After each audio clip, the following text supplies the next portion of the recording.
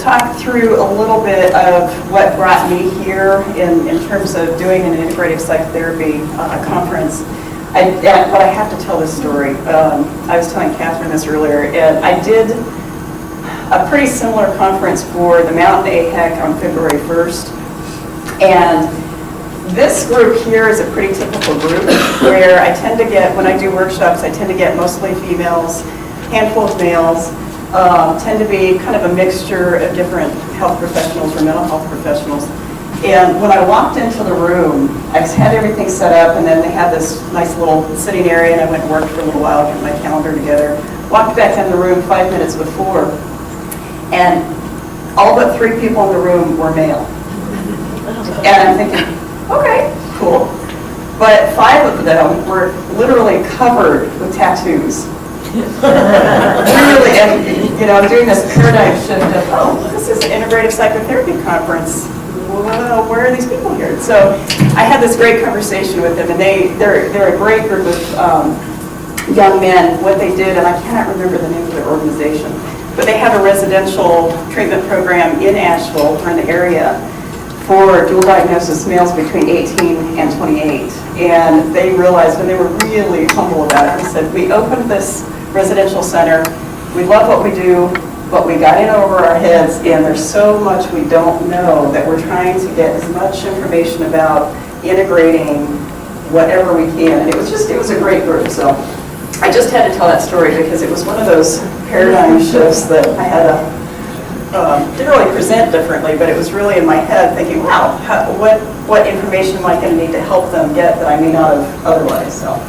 And so I'm really excited to share all of this with you because it's near and dear, and I do think that healthcare and mental health care are slowly moving in the direction of being much more integrated, and the research is very clear that most clients, patients are wanting more than what we're being able to offer because of how our healthcare system is set up. So what I'd like to see happen today with all of you is basically, again, ask questions along the way. I actually enjoy doing the programs like this because I get my teaching outlet, but I enjoy it because I get to interact. So interact, I guess. This visual probably resonates for a lot of people individually, as well as if you think about the clients or the patients that walk in your door, you've probably had many experiences of, oh my gosh, these people are so wealthy or so tired or so depleted and so exhausted. Where do I start? Anybody not have that experience? Anybody resonate with this picture for themselves? Yeah, exactly. So ideally, this is where we want to get people. We want to get people feeling much more vibrant, much more radiant, much more balanced, much more whole, much more solid. And how the heck do we do that in a disjointed system? So what we're going to do today, we're going to talk about the model itself. We're going to spend most of the morning talking about the model, talking about cases, having you interact a little bit. And then this afternoon, we're going to really talk about how to integrate specific modalities that you might either have access to, experience with, training yourselves, or have lots of,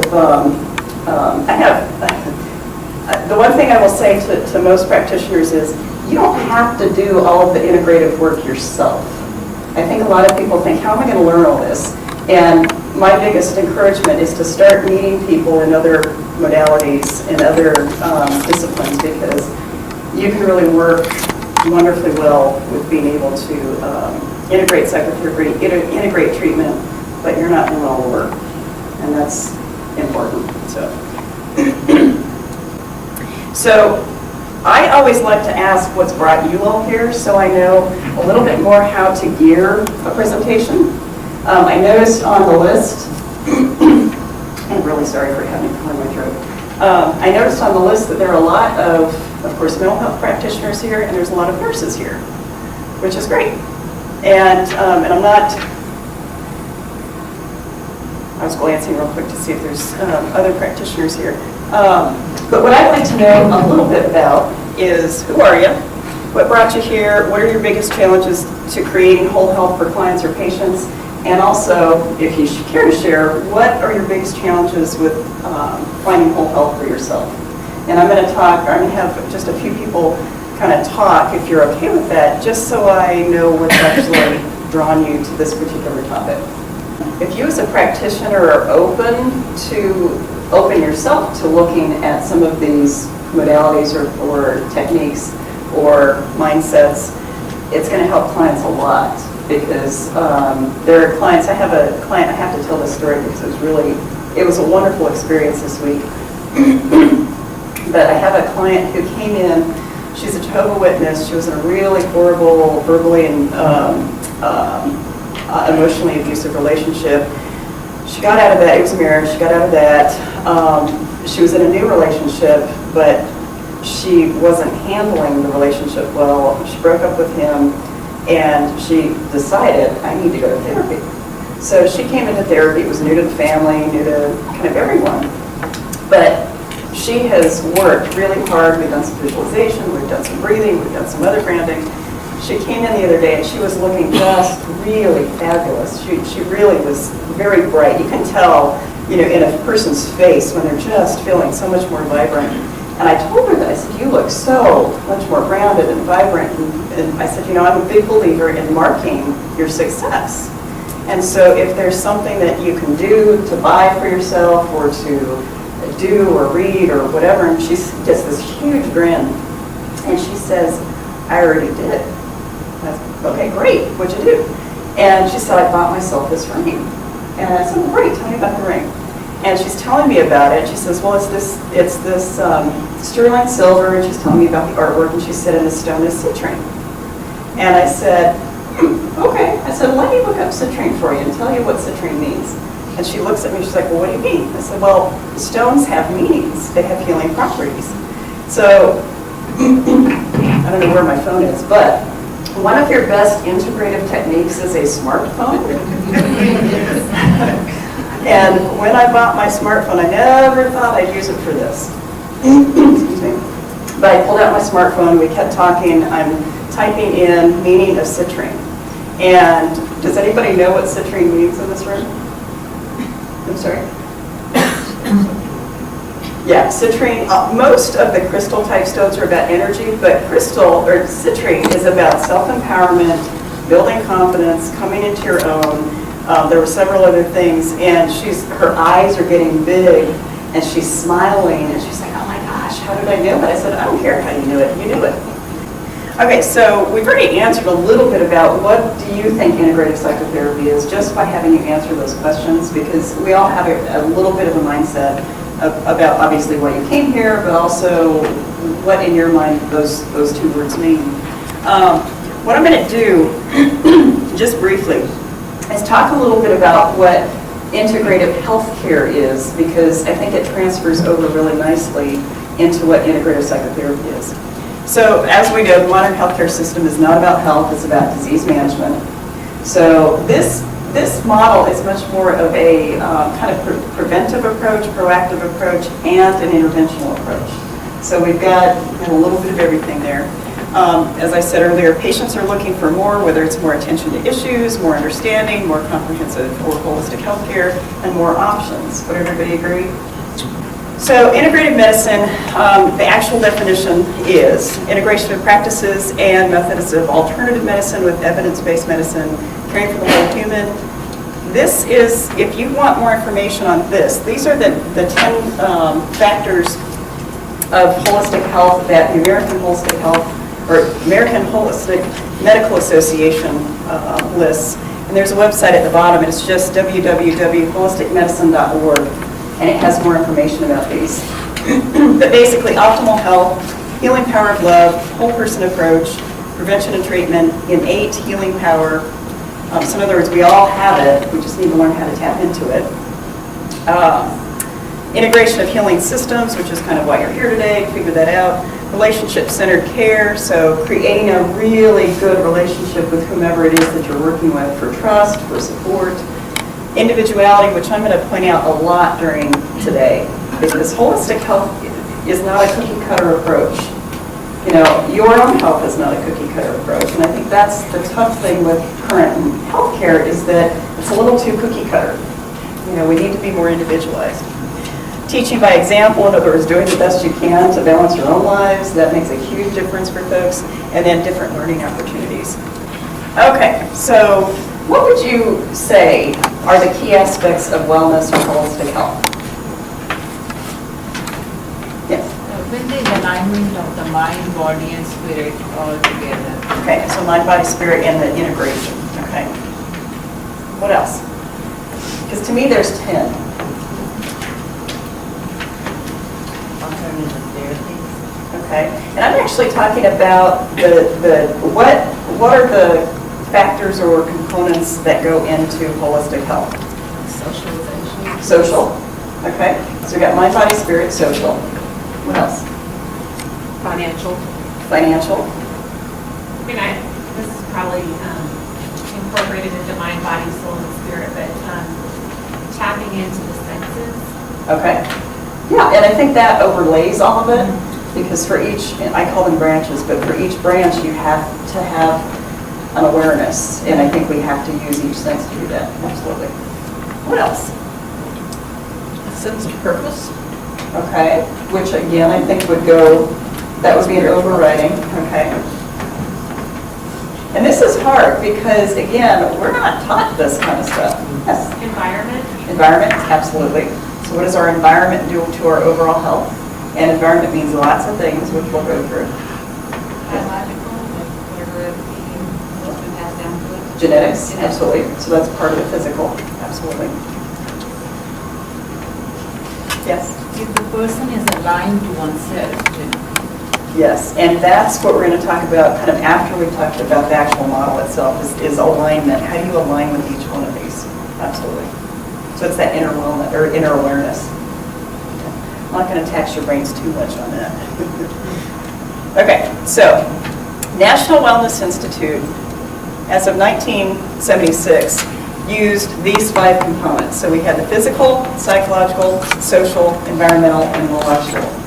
And then they came back and added spiritual, and this is where it has stayed for them. So they have a model that is, they use theirs as a wheel, and there's this sort of a pie chart, and then they have lots of things tucked under each one of these. But in the midst of me doing client work, I've been doing client work for almost 24 years now, of some sort, whether it was inpatient, outpatient, individual, group, couples. But I started noticing that there were several components, I think, that deserved separate attention. One of them is financial, which I'm glad someone said, because do you know anybody who feels well if their finances are unwell? Absolutely. And right now, these last few years, we're much more aware of it, that we're just now starting to hear even about financial advisors talking about financial wellness. So it's new, but it's not new. Okay, so that was the first one that I added in 2005. Sexual. This one has always been tucked under the physical. How many of you think that sexuality is just a physical thing? No. There's so much more dimension that goes with it.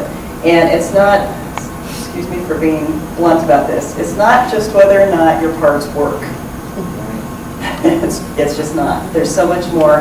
And those of you who do a lot of trauma work, you know that there are lots of components. So I added that one. The other one that I added was interpersonal. Now, a lot of people think that that's the same as social, but to me it is not. And we're going to go through why, to me, that's not. Because we can have warm bodies in our lives, but that doesn't mean the dynamics with them are healthy. And so we're going to separate that one out. And I think that that is a key, which, again, psychotherapy is all about, but a lot of times the wellness models will tuck it under the social. Now, what is also interesting is that for a long time, my own model had 9 branches. Long time. And then I was in the middle of a session talking to, it was a male client, and I had the model up, and actually, I'll show you. Had the model, I always keep laminated copies by me so I can kind of pass them back and forth between me and the client. And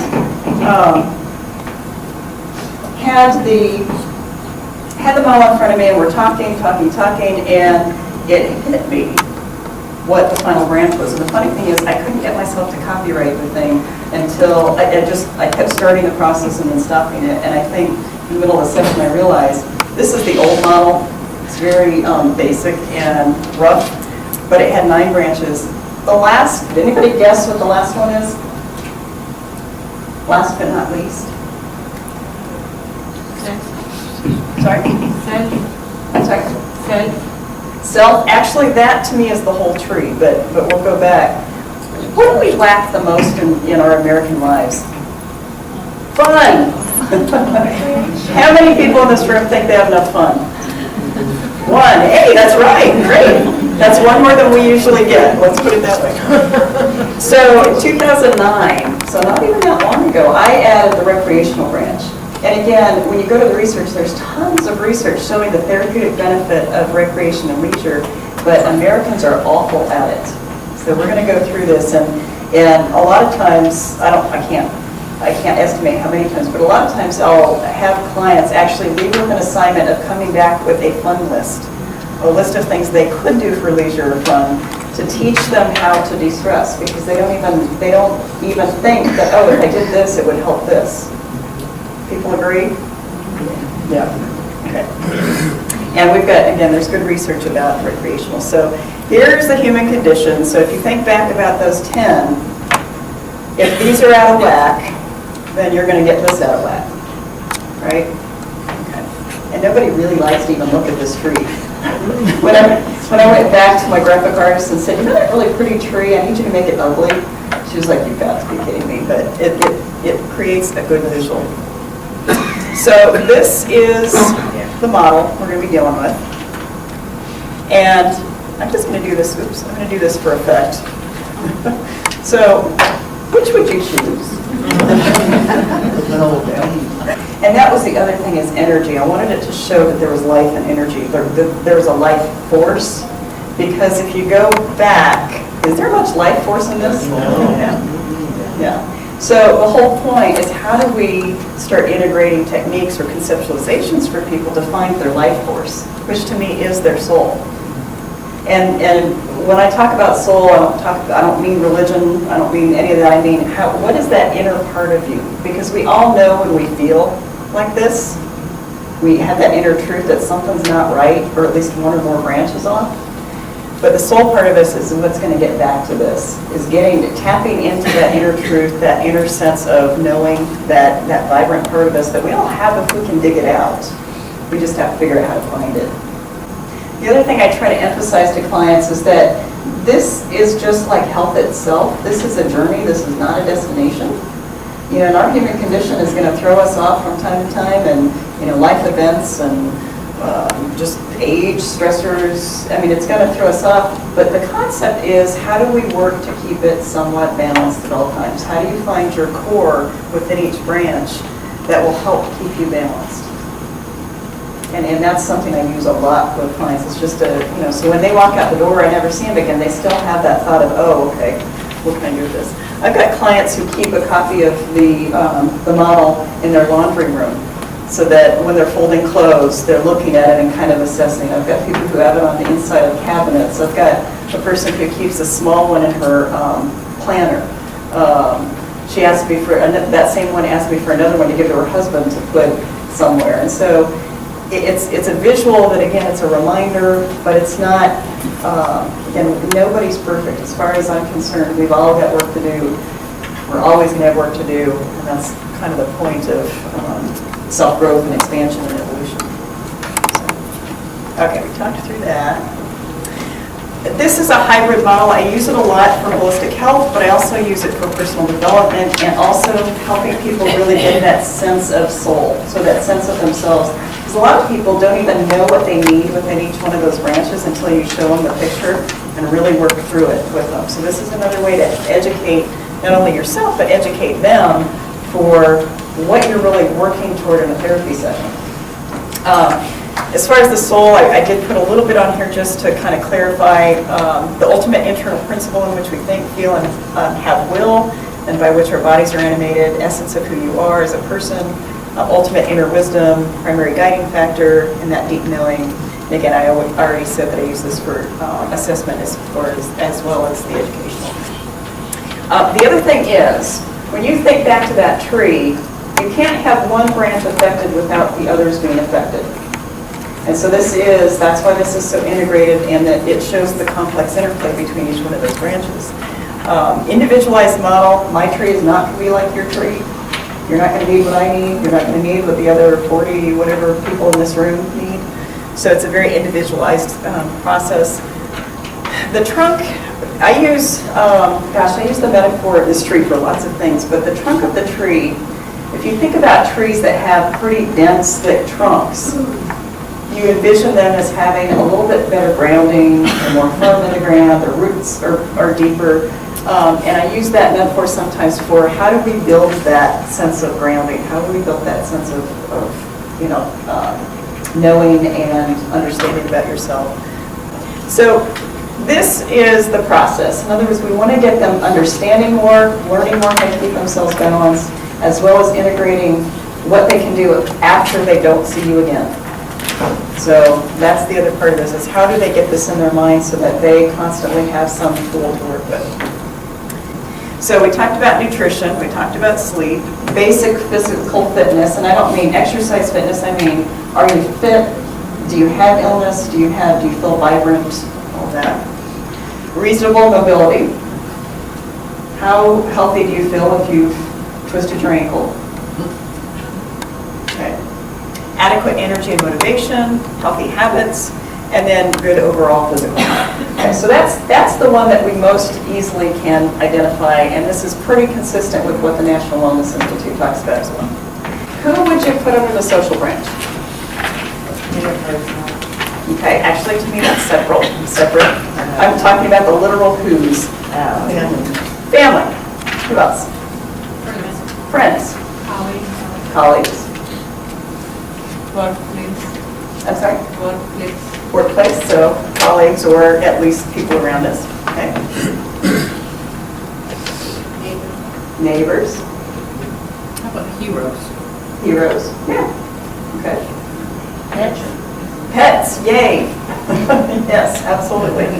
How many of you would be lost without your animals in your lives? Exactly. And so I absolutely put pets on here.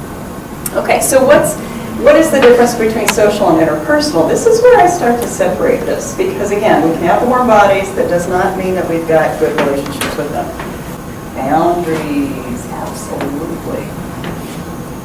Yeah, whether it's friends, family, neighbors, whomever, we need good boundaries. And I always say we also need to know what our boundaries are out there and what our boundaries with ourselves have to be.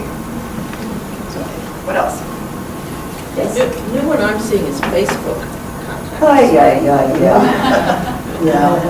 And I'll tell you, the AHEC here did a workshop about a year and a half ago for mental health professionals and how to use social media. Did anybody see that or go to that? It was really a good conference, and if it comes back, I would go, because now that I've published a book, it's boggling how you balance those boundaries and also that Facebook thing, because I've got clients who have tried to friend me, and I have to tell them, you can do the fan page, but you can't get into my personal page. So yeah, Twitter, I mean, all of those, you have to be really, really mindful and careful. Recreational branch, I want to throw this in there, of course, and we'll take a little break. What do you think needs to go into the recreational branch? Hobbies, absolutely. How many people have a hobby? How many people actually do them regularly? Okay, good.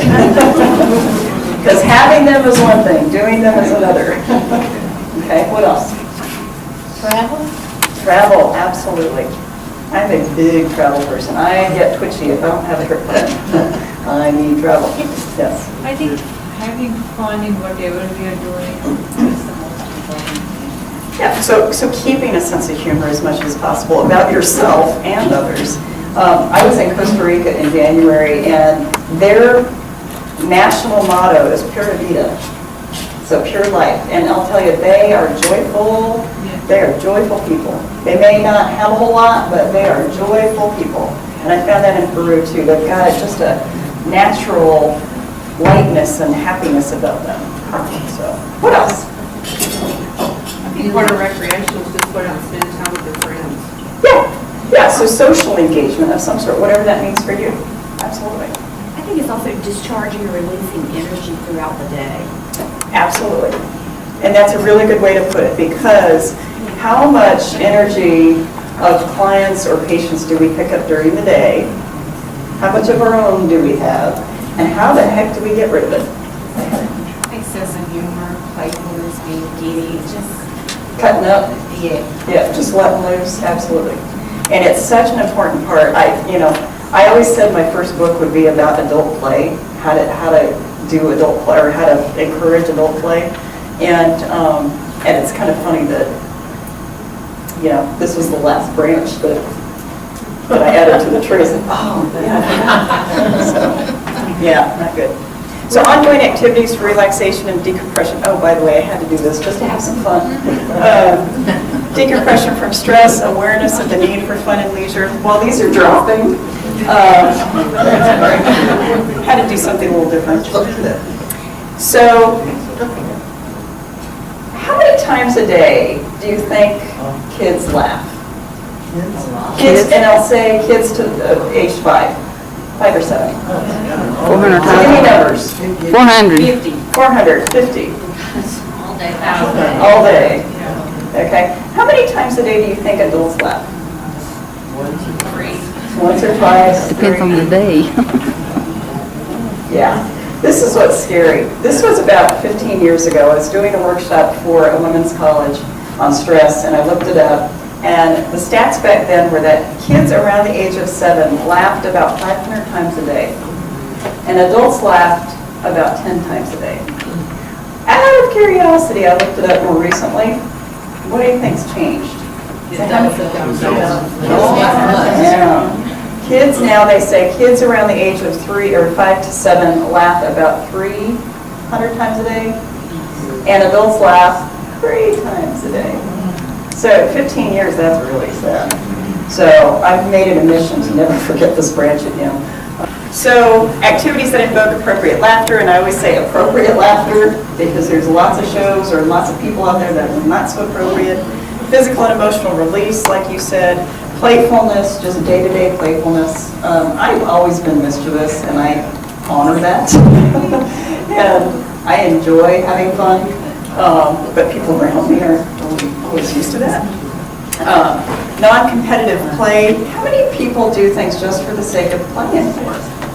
A lot of it is if we're having fun, we're playing sports, and that's where they say even the kids' laughter has gone down, is that kids are becoming more competitive because when I was growing up, we didn't have soccer leagues. We didn't have a lot of this stuff. Yeah.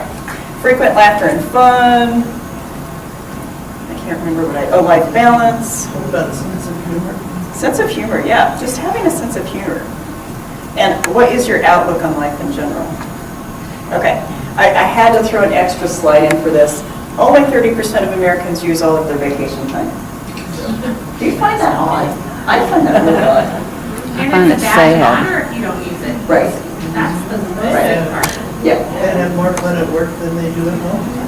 I'm sure they would beg to differ, but yeah, talk about hoarding. Yeah, they hoard their time. Laughter, I think, is underrated. People who don't take their vacation time have more health and mental health problems, more relationship issues, and less life satisfaction. Expedia, actually, the travel online company, is who did this research, which I found really interesting. Enjoyment of life is a lifeline of health, which I absolutely agree. And people are defined more by their leisure than their work. However, think about that. People are more defined by their leisure than their work. But if we're not doing a whole lot for leisure, how are we defining ourselves? Yeah.